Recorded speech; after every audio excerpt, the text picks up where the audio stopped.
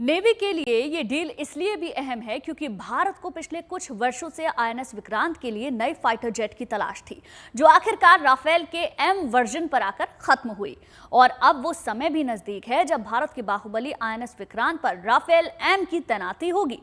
समुद्र के महाबली विक्रांत और राफेल एम की जुगलबंदी भविष्य में शत्रु के खिलाफ नेवी की रणनीति का अहम हिस्सा बनेगी।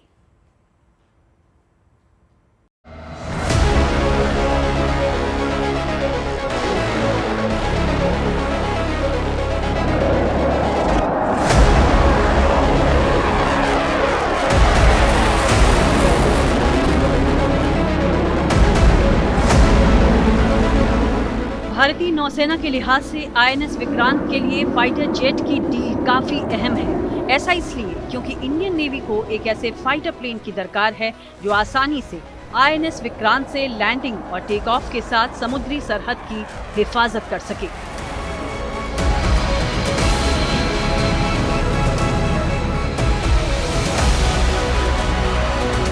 Rafale M Rafale fighter jet का नेवल वर्जन है। इसे एयरक्राफ्ट कैरियर यानी विमान वाहक पोत पर तैनात करने के हिसाब से तैयार किया गया है।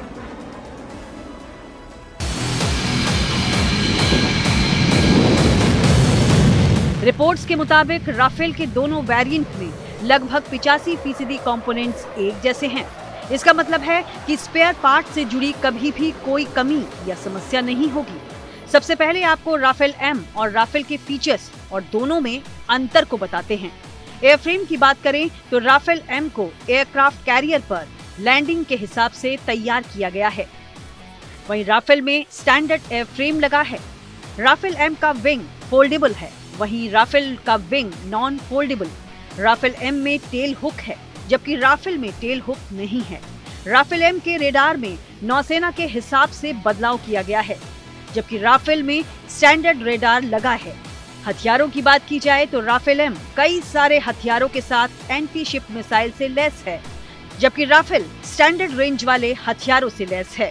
राफेल और राफेल एम में ज्यादा फर्क नहीं है। फर्क सिर्फ इतना है कि राफेल एम जो है वो एयरक्राफ्ट कैरियर से भी उड़ने में सक्षम होता है और देखा जाए तो नेवी की जो रिक्वायरमेंट है उसके हिसाब से बनाया जाता है कि इसमें अरेस्टर होते हैं, उसके अंदर लैंड करने के लिए क्षमता होती है।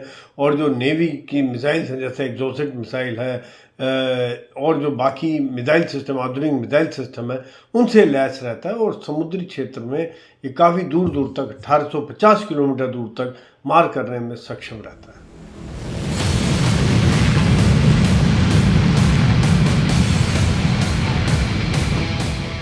राफेल एम समुद्री इलाकों में हवाई हमले के लिए विशेष तौर पर डिजाइन किया गया है।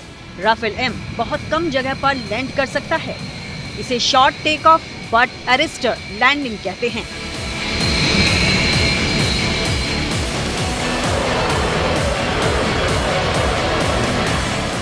आईएनएस विक्रांत पर 3 अरेस्ट वायर लगे हैं। लैंडिंग के वक्त एयरक्राफ्ट की टेल इनमें से किसी वायर पर हुक हो जाएगी। इससे वो कम दूरी पर ही रुक जाएगा। इसे टेल हुक कहते हैं। इसी तरह के फीचर से राफेल एम भी लैस है। वहीं सामान्य राफेल में इस सिस्टम की जरूरत नहीं होती है। केंद्र सरकार की ओर से पिछले कुछ सालों से आईएनएस विक्रांत के लिए नए फाइटर जेट की तलाश थी, जो अब राफेल के एम वर्जन से पूरी होगी।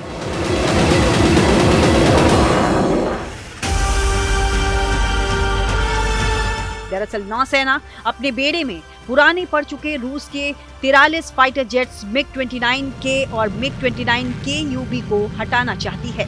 कई एयरक्राफ्ट का नाम नौसेना के दिमाग में था, लेकिन फाइनल रेस राफेल एम और F-18 के बीच थी। इंडियन नेवी ने साल 2017 में विमान वाहक पोत के लिए 57 मल्टी रोल कॉम्बैट एयरक्राफ्ट खरीदने के लिए रिक्वेस्ट फॉर इंफॉर्मेशन यानी RFI जारी किया था। आईएनएस विक्रांत के लिए 4 फाइटर जेट रेस में शामिल थे। इनमें फ्रांस का राफेल एम, अमेरिका का बोइंग F-18 सुपर हॉर्नेट, रूस का MiG-29K और स्वीडन का ग्रिपेन शामिल है। भारत के पहले स्वदेशी एयरक्राफ्ट कैरियर आईएनएस विक्रांत पर तैनाती के लिए इनमें फ्रांस का राफेल एम, अमेरिका का Boeing F-18 super hornet race में बरकरार रहे। नौसेना ने विक्रांत पर तैनाती का अंतिम फैसला लेने के लिए सबसे पहले फ्रांसीसी राफेल एम और अमेरिकी F-18 सुपर हॉर्नेट विमान की गोवा में टेस्टिंग की। टेस्टिंग के दौरान पाया गया कि राफेल एम में कई ऐसी खूबियां मौजूद हैं जो उसे भारतीय नेवी की जरूरतों के लिए बेहतर साबित करती हैं। आइए आपको बताते हैं राफेल एम में वो कौन सी खासियत हैं जिनकी वजह से इसने INS विक्रांत पर तैनाती की रेस में अमेरिका के F-18 हॉर्नेट को शिकस्त दी। राफेल एम 1912 किलोमीटर प्रति घंटा की रफ्तार से उड़ान भरने में सक्षम है, वहीं अमेरिकी F-18 हॉर्नेट 1915 किलोमीटर प्रति घंटा की रफ्तार से उड़ने की क्षमता रखता है। दोनों की रेंज की बात की जाए तो राफेल एम की रेंज 3700 किलोमीटर है, तो वहीं F-18 हॉर्नेट की रेंज राफेल से कम यानी 3330 किलोमीटर है। राफेल के समुद्री वर्जन का वजन 10,300 किलो है, वहीं F-18 हॉर्नेट काफी भारी है, इसका वजन 14,552 किलो है। राफेल की लंबाई 15.27 मीटर है, तो F-18 हॉर्नेट 18.31 मीटर लंबा है। आंकड़ों से साफ हो गया होगा कि कौन किस पर भारी है। इन तमाम खूबियों की वजह से ही नौसेना इसकी डील के लिए आगे बढ़ी थी।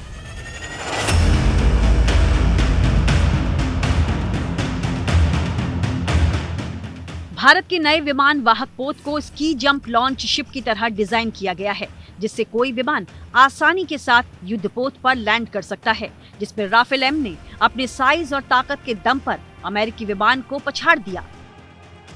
राफेल एम लड़ाकू विमान अमेरिकी F-18 हॉर्नेट से हल्का और एयर फ्रेम में छोटा है। साथ ही ये लंबी दूरी की हवा से हवा में मिसाइल और हवा से जमीन पर मार करने वाली मिसाइल्स के मामले में अमेरिकी F-18 से आगे दिखाई देता है। नेवल एविएशन के जानकारों का ये भी कहना है कि तुलनात्मक रूप से बड़े एयर फ्रेम के कारण F-18 फाइटर जेट को हैंगर से फ्लाइट डेक तक ले जाने के लिए INS विक्रांत में काफी बदलाव करने पड़ेंगे। लिहाजा राफेल फाइटर जेट के नेवल वर्जन का पलड़ा भारी दिखाई दिया। राफेल मरीन परमाणु हमला करने में सक्षम है, जो हवा से हवा में मार करने वाली मिसाइल उल्का, हवा से जमीन पर मार करने वाली मिसाइल स्कैल्प और हैमर से लैस हैं। साथ ही राफेल एम प्रिसीजन गाइडेड गोला बारूद भी ले जा सकता है। राफेल का नेवल वर्जन इंटरनल फ्यूल के साथ ज्यादा हथियार ले जा सकता है। राफेल एम की फ्यूल कैपेसिटी करीब 11,202 किलोग्राम है, यानी दूसरे फाइटर जेट से ज्यादा देर फ्लाई करने की काबिलियत, जिससे ये ज्यादा देर तक डॉग फाइट में भाग ले सकता है। एक फाइटर विमान कितने दूरी तक दुश्मन पर हमला करने जा सकता है और फिर वापस आ सकता है, और जरूरत पड़ने पर वही फाइटर विमान कितने देरी तक हवा में घूम सकता है, ये चीज निर्भर करती है फाइटर विमान की फ्यूल कैपेसिटी में, यानी वो कितना ईंधन अपने साथ ले जा सकता है। ईंधन का मतलब है ATF, एविएशन टरबाइन फ्यूल। आमतौर पर सब फाइटर विमान जरूरत के मुताबिक अपने साथ 5,000 या 10,000 या 15,000 लीटर ATF ले जा सकते हैं। इन तमाम खूबियों की वजह से आखिरकार राफेल एम भारत की नौसेना का नया योद्धा बनने जा रहा है। दरअसल हिंद महासागर में चीन का बढ़ता प्रभाव भारत ही नहीं बल्कि पूरी दुनिया के लिए एक मुश्किल सवाल बनकर उभरा है। चीन ने पिछले दशक में हिंद महासागर क्षेत्र में अपनी उपस्थिति कई गुना बढ़ाई है। ऐसे में भारत के लिए ज्यादा सावधानी बरतना और अपनी नौसेना की ताकत को बढ़ाना जरूरी हो गया था, और इसी का नतीजा है INS विक्रांत और राफेल एम का डेडली कॉम्बो, जो दुश्मन के सर्वनाश की गारंटी देता है। शिवानी शर्मा के साथ ब्यूरो रिपोर्ट, न्यूज़ टुडे।